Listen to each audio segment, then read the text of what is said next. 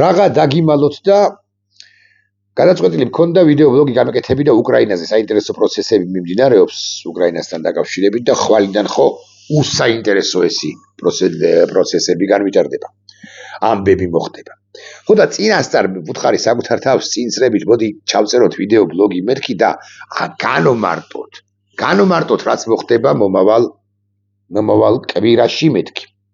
მაგრამ აი უკვე გადაწყვეტილი მქონდა, უკვე კამერა დამაგრებული იყო და ამ ტელეფონით დავიწყე სკროლვა, ჩვენ ხომ ყველანი სკროლავთ და ინფორმაციის ნაწილს მაინც ჩვენ მივიღებთ ხოლმე, სწორედაც რომ სოციალურ ქსელ Facebook-იდან.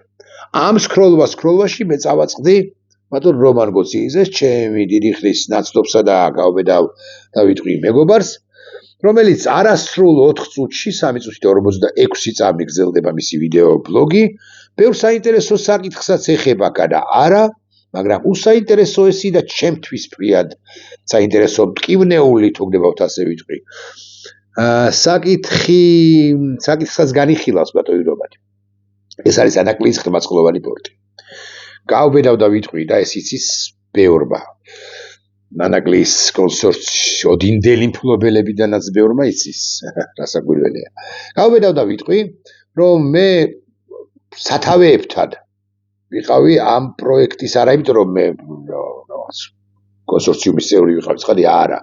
მაგრამ მე დავიწყე თავიდანვე 2017-18-ში ამ პროექტის არ მომერიდება და ვიტყვი ასე ლობირება.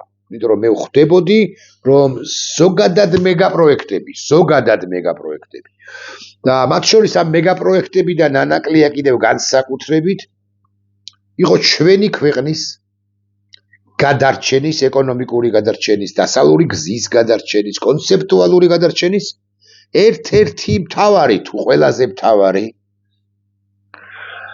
ამბავი შესაძლებლობა ჩვენი ქვეყნისათვის. ჩაშალა მაშინ საქართველოს ხელისუფლებად წოდებულმა ბანდამ, მაშინაც ბანდა იყო, ქართულმა ოცნებამ ის პროექტი წაართვა ხაზარაძეს, მესმის, რომ ხაზარაძე გარკვეულ შემთხვევებში შესაძლოა ყველა სიტყვას მეტნაკლებად ზუსტად წარმოვთქვა. ვერ ასრულებდა ხელშეკრულებით განსაზღვრულ პირობებს. ხანდახანზე ხშირად ვადებშიც ვერ ჩაეტეოდა ხოლმე ინვესტორების მოზიებაც უჭირდა რთული პერიოდი იყო მაშინ სოფლიო ბაზარზეც ასე ვიტყვი. მე ბატონი ხაზარაძე დამეთანხმება 1-2 მასთან ინტერვიუს დროს გამიკრიტიკებია, შეიძლება თლად ზუსტი სიტყვა არ არის, მაგრამ ესეთი კრიტიკული არც თუ სასიამოვნო კითხვები დამისვა ცალკეულ კომპანიებთან დაკავშირებით, რომლებიც შეიძლებოდა შემოსულიყვნენ ეგრა მაგის პასუხია ანაკლიის ხმაწყლოვან პორტში. მე არ მომწონდა ზოგიერთი იმ კომპანიის ბექგრაუნდი ასე ვიტყვი. მაგრამ ამავდროულად მე მეთანხმებოდი ბატონ ხაზარაძეს და არა მხოლოდ ბატონ ხაზარაძეს, რომ ეს არის უსტრატეგიულესი პროექტი ჩვენთვის და ჩვენ ყველაფერმა საზოგადოებამ, მთელმა ქვეყანამ უნდა გააკეთოს ყველაფერი იმისათვის, რომ ანაკლია აშენდეს, მაგრამ აკი გითხარით, გახარიას პრემიერ-მინისტრობის დროს და ბიზინა ივანიშვილის არაფორმალური მმართველობის ერთ-ერთ ეტაპზე, მრავალეტაპიანია ეს ყველაფერი, სულკან დგას ცალკეული პრემიერ-მინისტრებისა და სულ დასცქერის ყველა პრემიერ-მინისტრს და ყველა მთავრობას მის მიერვე დანიშნულებს აჩრდილი დაძრწის კაბინეტებში აჩრდილი ბიზინა ივანიშვილისა. მოკლედ გახარია ფორმალურად გახარიას, მაგრამ რეალურად კი ბიზინა ივანიშვილის მეოხებით, მეცადინეობით ეს პროექტი გაჩერდა და ჩამოართვეს ხაზარაძეს. და არა მხოლოდ ხაზარაძეს. ჩვენ შედო დარჩეს და ვინ და მე ვიცი, რამდენი ინვესტორი ყავდა კონსორციუმში, რამდენი იურიდიული პირი იყო, რამდენი კომპანია იყო ჩართული ამ პროექტში. ბატონი ხაზარაძე კი არ ტყუის, მაინც და მაინც არა, საერთოდ არ ტყუის. დაახლოებით 70-75 მილიონი მართლაც იყო დახარჯული და ამის შემდეგ გავანიავეთ, აბა სხვა სიტყვა და მოვიფიქრო ახლა. გავანიავეთ ჩვენ მთელმა ქვეყანამ გაანიავა წლები და მაშინ როდესაც 2020 წელს უკვე უნდა ჩამომდგარიყო ერთი დიდი გემი და წაიღო ტვირთები წამოსული ცენტრალური აზიიდან 25 მიილევა ხალხი. და 25 მიილევა და ჩვენ ანაკლიის პორტი არა გვაქვს ხმადაბლა რა თქვა მია. არა გვაქვს და საერთოდ არა გვაქვს ესე უნდა თქვა. გაქრა. 23-ში თუ არ ვწდები საქართველოს დე-ფაქტო ხელისუფლება მიუბრუნდა ანაკლის დღეს დე-ფაქტო ხელისუფლება ანაკლის ღმერთყლოვან პორტს ჩაატარა რაღაც ჩემი მას მოსაზრებით მაინც ფსევდო კონკურსი. ამ ფსევდო კონკურსში ორი კომპანია გავიდა ფინალურ სტადიაზე და ამ ორი კომპანიიდან ერთმა კი ჩინურმა გაიმარჯვა. ჩვენ ვინც საქმის კურსში ვიყავით და ვართ ამასთან დაკავშირებით ამ პორტთან ამ სტრატეგიულ პორტთან დაკავშირებით თავიდან ბოლომდე დავიწყეთ ამ ჯერეთი ამ კომპანიის ჩინური კომპანიის შემოწმება 59% აქ ეგრა მაგის პასუხი ანუ არ გეგონოთ რომ ის აქციო პაკეტის ფლობელია აქციო პაკეტის ფლობელი საქართველოს ხელისუფლება დავიწყეთ ამის მონიტორინგი აღმოვაჩინეთ რომ კომპანიას გარკვეული პრობლემები აქვს დავხუჭეთ თვალი თქვით რომ ოკეი მიუხედავად იმისა რომ ამ კომპანიას აქვს გარკვეული პრობლემები მათ შორის სასანქციო პრობლემები ოღონდაც კი ნიჩაბიჩა არტყან ოღონდაც კი გააღრმაწყლოვანონ ოღონდაც კი ნორმალური პროექტი გააკეთონ არც ხაზარაძე არ გვინდა ჯანდაბასი არც არავინ არ გვინდა გააკეთდეს ეს პროექტი ეს პორტი აშენდესო თქვით ბევრმა თუმცა პერსონალურად ჩემთვის ხადია პრობლემური იყო ის რომ ჩინური კომპანია იმ თავითვე იყო გაბარჯვებული ანუ წელიწად ნახევარი 2 წლის წინ გაიმარჯვა არც კი მე მგონი 1 წლის წინ გაიმარჯვა ამ კომპანიამ ჩინურმა კომპანიამ კარგით ჩინელები მაგრამ ჩვენ პირები რომლებიც პერსონები რომლებიც მუდმივად საუბრობთ ამერიკელთა ინვესტიციის აუცილებლობაზე და ასავლური ინვესტიციის აუცილებლობაზე ამ პორტის მნიშვნელობაზე ჩვენ ზეპირად აი მე რომ კითხო მართლა ზეპირად შესაძლოა არა გარკვეული ეგრეთ წოდებული შპარგალკები დამჭირდება მაგრამ მე შემიძლია გამოვიკითხო და შპარგალკებსაც ჩავხედო დღესღაც ჩემს მიერვე მოძიებულებს მაგალითად 10 წელიწადში რა ტვირთები იქნება რა რაოდენობის ტვირთები იქნება ასე მაგალითად ცენტრალური აზიის რესპუბლიკებიდან ჩინეთიდან ორივედან ერთად ამას ყველაფერს გეოპოლიტიკური კონტექსტის ხოემატება ჩრდილოეთ დერეფანი დაკეტილია ნოვოროსიისკის პორტი ისედაც პრობლემურია ტაბანის პორტი ასევე პრობლემურია მაგრამ დაკეტილია ყველაფერთან ერთად ჩვენი დერეფანი უმნიშვნელოვანესია ჩვენი დერეფნის განუყოფელი ნაწილია ანაკლის ღრმაწყლოვანი პორტი აი ესეთი ეს ხო გემს აღგავს და ესეთი გემი უნდა შემოცურდეს ხოლმე ეს ლამაზია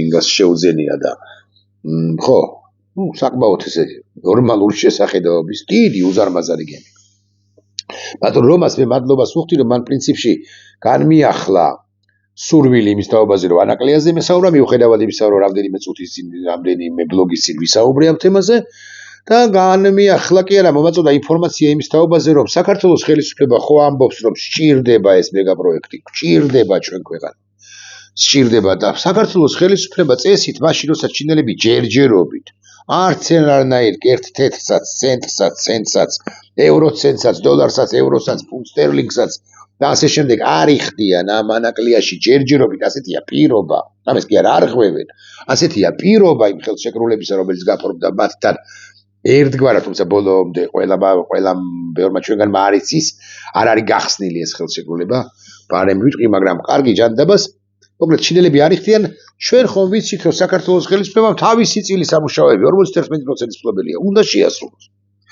ორივე დღის წინ ეკონომიკის მინისტრად წოდებულმა ვიცე-პრემიერმა მარიამ ქრიუშილმა ხმამაღლა კიბოდიშე დავამტკიცე რომ მარიამ ქრიუშილმა ეს განაცხადა 2035 წლისთვის ჩვენ 1 მილიონ ტეუს ტვირთს მივიღებთ და გავატარებთ ანაკლიაში ანაკლიიდანო 2029 წლისთვის ანუ ბარამდე 6 წლით ადრე 600,000 ტეუ იქნება მე ამ თემას სპეციალური ვიდეო ბლოგიც ვუძღვენი და იქ მიმოიხილე ნოვოროსიისკის პორტი დამანის პორტი ფოთის პორტსაც შევეხე აღმოჩაჩინე რომ თუ მართლა 600,000 ტეუზე იქნება საუბარი ანაკლის ღრმაწყლოვანი პორტი ისიც მაქსიმუმ ანაკლის ღრმაწყლოვანი პორტი სულ რაღაც 2.5-ჯერ 3-ჯერ დიდია თურმე ვიდრე ფოთის პორტი და მე დავსვი კითხვა ამისთვის დავშური მე ამ ხნის განმავლობაში 2018-დან 19-დან ამ თემაზე ვლაპარაკობდა ჩემი ცხოვრების 8 წელიწადი თუ 7 წელიწადი ამას შევალიე რომ მესაუბრა პორტზე რომლის თურმე ესოდერ სუსტი სულ რაღაც სამჯერ უფრო ძლიერი იქნებოდა ვიდრე ფოთის არსებული პორტი, თავი კი არა კარგია რომ ფოთის პორტი გვაქვს ასაკვირველი.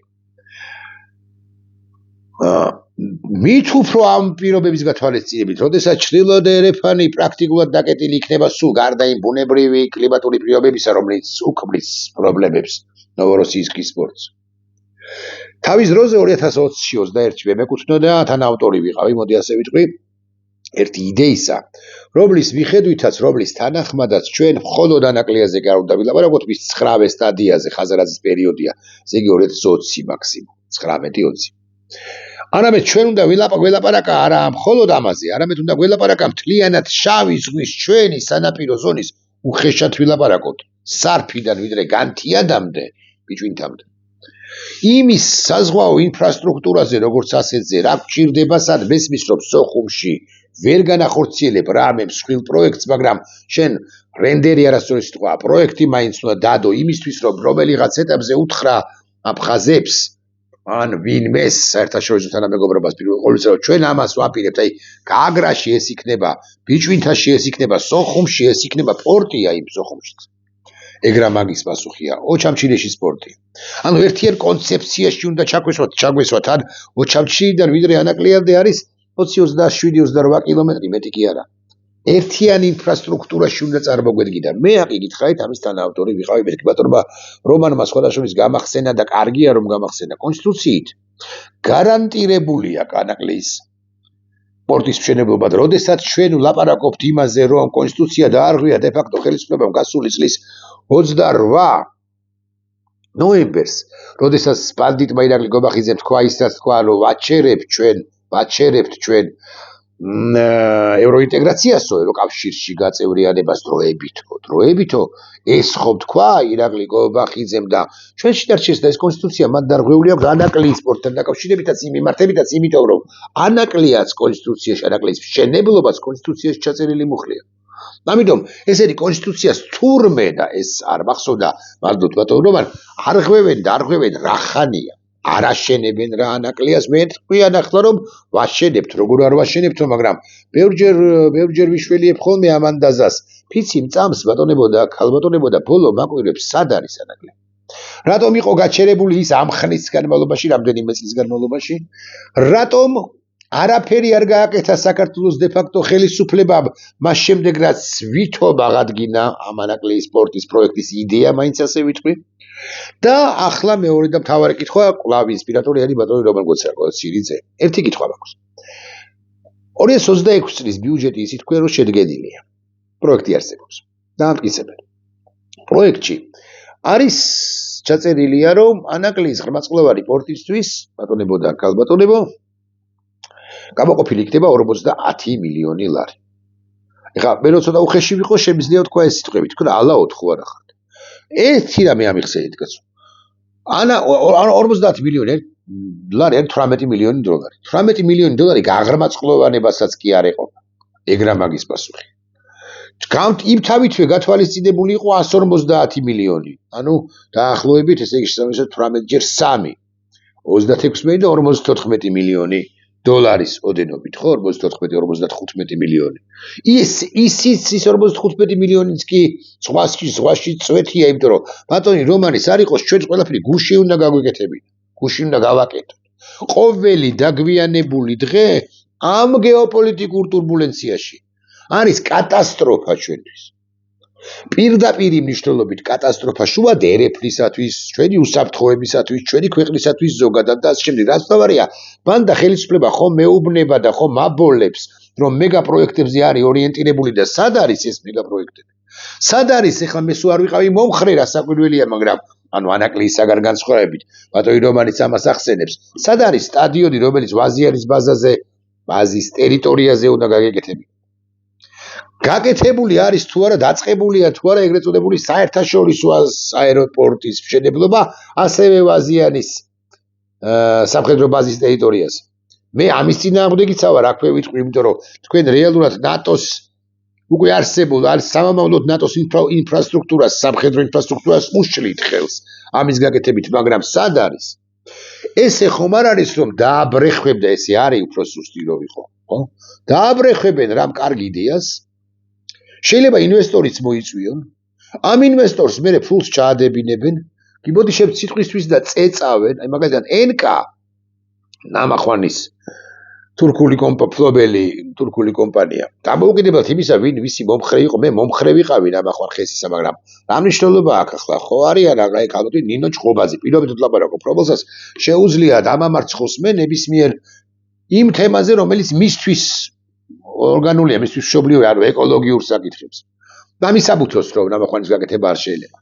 ნამახვანში ჩაადებინეს თურქულ კომპანიას ამდენი მილიონი დოლარი ბატონმა რომანმა გაცილებით უკეთ იცის, ამიტომ მე რომ არ შემეშალოს, ახლა რიცხვებს არ დავასახელებ. მე ეს NK რომელიც გაწეწეს, ეგ რა მაგის პასუხია, გააგრეს, რომ გაწეწეს საიდან ვიცი?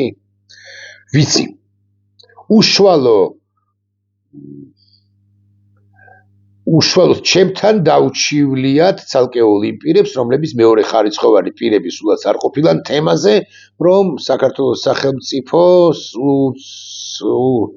შესაბამისი სტრუქტურების წარმომადგენლები მათ ეგრეთ წოდებული ლევი ფულის გადახდას თხოვენ. კარგად ახსენი? და უხდიდნენ კიდეც ესენი.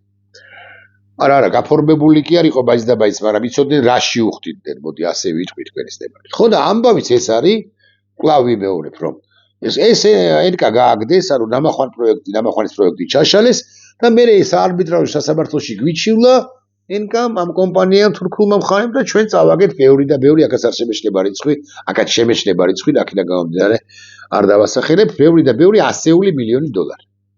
გადასახდელი აქვს. იატო, იმიტომ რომ ღარიბაშვილმა არაფერი არ იცოდა, ჩამოყალიბებული კონცეფცია არ ჰქონდა, ხელი მოითბეს და შესაბამისი კორუფციული ხლართებიც ვერ გახლართეს საბოლოო ჯამში. ისი გახლართვაც უნდოდათ. მოდი აი ესე ვიტყვი ახლა. დაუბრუნდეთ ანაკლიას. ანაკლი არის უსტრატეგიულესი პროექტი. ჩემი მოსაზრებით და ეს მარტო ჩემი მოსაზრება არ არის. ჩინელების მონაწილეობა იქ უნდა იყოს ამერიკელების თანხმობის შემთხვევაში და ისიც მაქსიმუმ 20%. რჩება 80%. ჩემეული გათვლებით. 15-17 მილიონი კი არ უნდა ჩადოს სახელმწიფო ამ ეტაპზე ყოველ შემთხვევაში, სანამ ის ფლობს 41%-ს. უნდა ჩადოს წლის განმავლობაში ბიუჯეტში უნდა გაითვალისწინოს მინიმუმ გეტყვით 300-400 მილიონი, 300 მილიონი. რომ მომავალ ინვესტორებს და ჩინელები არ უნდა იყვნენ, მეთქი აქ იგითხარით, არ უნდა იყვნენ 20%-ში წარმოდგენილი მაქსიმუმ, დაახვედროს მის მიერ გაკეთებული ბევრი საქმე. რკინიგზაც სხვათა შორის არა მხოლოდ განშტოება, არამედ მთლიანად რკინიგზაც ამ დიდი მეგაპროექტის ნაწილია. ანაკლი ისა კი არა, არამედ საქართველოს გეოსტრატეგიული ფუნქციის, მათ შორის შუადერეფრის ფუნქციის გამოკვეთისა. ეს ამ ტურბულენციაში ზანგეზური ანუ ტრიპი, ბატონი რომანი სწორი ახსენებს, მართებულად ახსენებს ირანის გავლით, მერე უკვე თურქეთში ჩატანა გარკვეული ტვირთებისა და მაღალი ალბათობით ხმელთაშუა ზღვიდან ევროპაში გატანა. იქ სხვა ალტერნატიული მარშრუტები საქართველოს როგორც ასეც ფუნქციას უკარგავს. ჩვენ გვჭირდება მეტი და მეტი ტვირთი, იმდენი რამდენსაც მოვერევით. არა იმდენი, რასაც მარიამ ქრივიშვილი გვიანონსებს, რასაც ან როგორ გვიანონსებს, მე კარგად არ მესმის, მაგრამ მაინც. ეხლა ვილაპარაკოთ დამფუძნებლები კი არა, მფლობელები უნდა იყვნენ. 20%-ით ჩინელებს, 80% დარჩა მეთქი, აქ იგითხარით, ვისია ეს 80%? მე რომ ვიყო საქართველოს ხელისუფალი, მე გავაკეთებდი შემდეგნაირად. დაუძახებდი ყველა ინვესტორს, მომწონს ეს ინვესტორები, ხაზარაძის დროს ინვესტორები ვიციდნენ. არ მომწონს ეს ინვესტორები, ეწინააღმდეგები მათ ხაზარაძეს, მაგალითად, არ მოგწონს ხაზარაძე. მაგრამ ამ ხაზარაძეს თავად როგორც ამბობს, აუდიტი ჩასატარებელია. მაგრამ მაინც. ხაზარაძე ამბობს, რომ 40 მილიონი დავხარჯეო. დაუძახებდი, ვეტყოდი, რომ შენ თუ 40 მილიონი გაქვს დახარჯული და შესაბამისად ეს ამას აუდიტი დაადასტურებს, ამასთან 4-ეულიდან ერთ-ერთი უნდა იყოს აუდიტის ჩამტარებელი. ისის ბატონმა მამუკავი, რასაც გულისხმობ და ვისაც გულისხმობ, შესაბამისად შენი წილობრივ იყინება 30-29% ზუსტი რომ იყო და იყიდება სწორი სიტყვა და შენ უკვე ხარ შემოსული ამდენი და ამდენი პროცენტი თუ არ ბაანგარიშები. არის მეორე კომპანია. ჯანგილაშვილთანაც ვახსენე ამ რამდენიმე დღის წინ. ვანდერნეტ ექსპრესი. ბრიტანულ-უზბეკურ ქართული კომპანია, რომელიც სხვათა შორის ხო, რინოს ეს უთხარი, რომ აი ბათუმში რომ მულტიმოდალური ტერმინალია შესანიშნავი. ამერიკელების ინვესტიციით 22 მილიონი 25 მილიონი აქვს ჩაყრილი ამერიკელებს ტრამოს კონკრეტულად და კონგრესმენები ჩამოდიან ხოლმე ტრამოს ჩამოყავს კონგრესმენები პატარა კომპანია კი არ არის მურჯიკნელია ესეთი ყოფილი დიპლომატი ის არის დირექტორი თუ არ ვწდები კი არა არ ვწდები აი ეს კომპანია ანუ ვანდერდეთ ექსპრეს დაუძახებდი ვეთყოდი რომ იცი რა თქვენ რამდენი გაქვთ ჩადებული ჩემს ხელთ არსებული ინფორმაციით რაღაც 20-დან 25-23 მილიონამდე შესაბამის წილს მივცემდი იქ არის თურქული კომპანია იქ არის ბულგარულ-ქართული კომპანია ჯისტარი ქვია თურქულ კომპანიას ქვია თუ არ ვწდები ვანორდი თუ ჰოლანდიურს ქვია რა ჰოლანდიურს ქვია ვანორდი თურქულს აღარ მახსოვს რა ქვია ორი ამერიკული კომპანია იმ თავი თვეფლობელი კონდი ჯგუფი 2.8 მილიარდი 3 მილიონი დოლარი ჩადებულია ამ ინვესტიციის სახით და SSA მარინ რომელსაც ასევე აქვს ჩადებული დაახლოებით 7 თუ 8 მილიონი 7.5 მილიარდი თუ არ ვწდები SSA მარინს შესაძლოა ვწდები რიცხვებში აი უკანასკნელში არ მომედავოთ და რაც პრაქტიკულად ყველაფერი ზეპირად მახსოვს და ასე შემდეგ და 29%-ს მათაც დავაკმაყოფილებდი შეიძლება ზუსტი სიტყვა მათაც გაუზიარებდი და 51% იქნებოდა ამერიკელების ეს 20% თუ ჩინელების არის იმ დაშვებით და სახელმწიფოსაც მოეხსნებოდა ეს ტვირთი რომ გადაიხადოს 15 მილიონი რო არის რო იხდის ახლა 17 მილიონ დოლარს რა არაფერი არის სესუბზირის პულია მართლა ანაგლიაში იმ ანაგლიაში სხვა შეიძლება როგორც ერთ-ერთი მინისტრი უზარმაზარ სასტუმროს იშენებს არ იცით რა თქვა მაქვს სალყე ვიდეო ბლოგს გავაკეთებ ფოტოებიც აქვს სხვა შეიძლება რამდენადაც მახსოვს კი არა მახსოვს ერთ-ერთი მინისტრი ოღონდ არ ჩანს თავად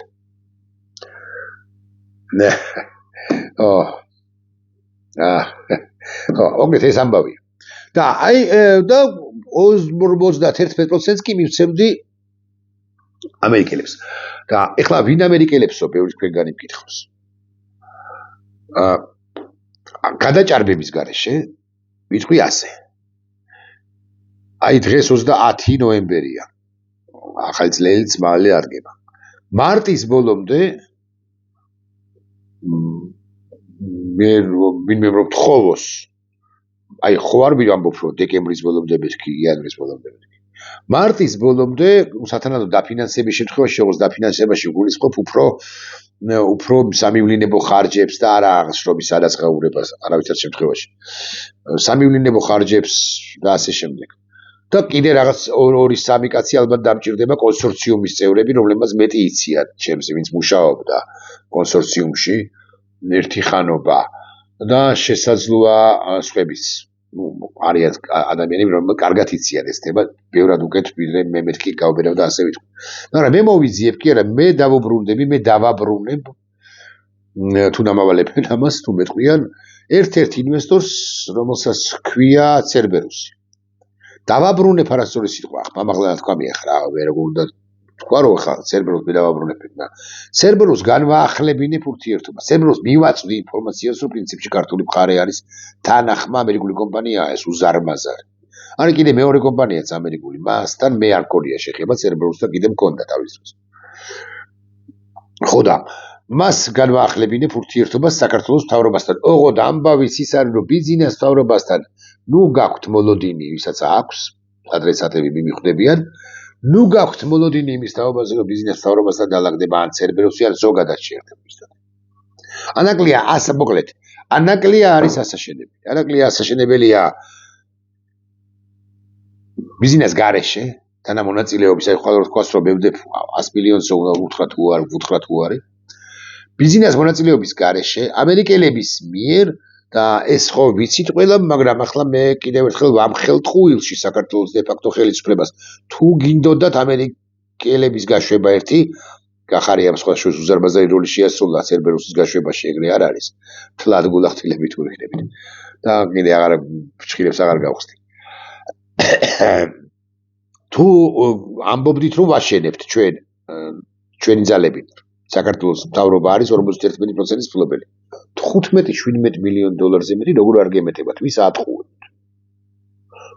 ატყუებთ რომ 29 წელს მივიღებთ პირველ გემს 20-ში რო უნდა მიგვიყო ანუ 9 წელი უკვე დაგვიანებული გვაქვს და რეალურად მეტი გვაქვს დაგვიანებული